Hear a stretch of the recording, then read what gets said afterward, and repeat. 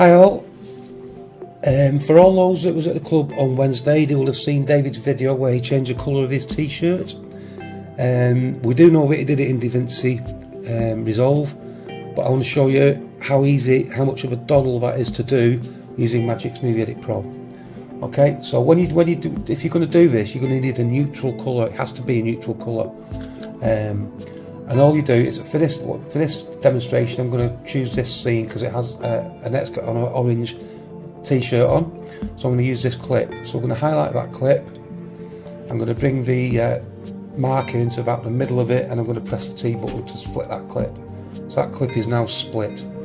So now we're going to change the colour of the t-shirt in this part of the clip here. So all you do is you click on Add. You go into Effects. Then you go down to colour correction, which is this one here. Click on that, and then you click add, and then you click on the t-shirt. You'll see the pen. If you go over to the picture, you'll see the pen change, the pointer change into a pen. So if you click on the t-shirt, click on it a few times to make sure you've got all of it, and as you can see, that is now greyed out.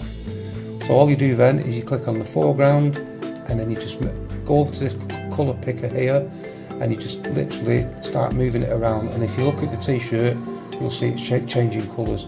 So I'm going to give her a nice light green t-shirt, and that's it, done. Once you let go, that's it, it's done. So now once you play that clip, as you get into the second part of this clip, which is this bit here, the colour of the t-shirt will change. So I'll just play that clip. It's a wonderful, the narrow winding streets that lead down to the harbour. And that's how easy it is to do using Magix Movie Edit Pro. Okay, thanks, bye now.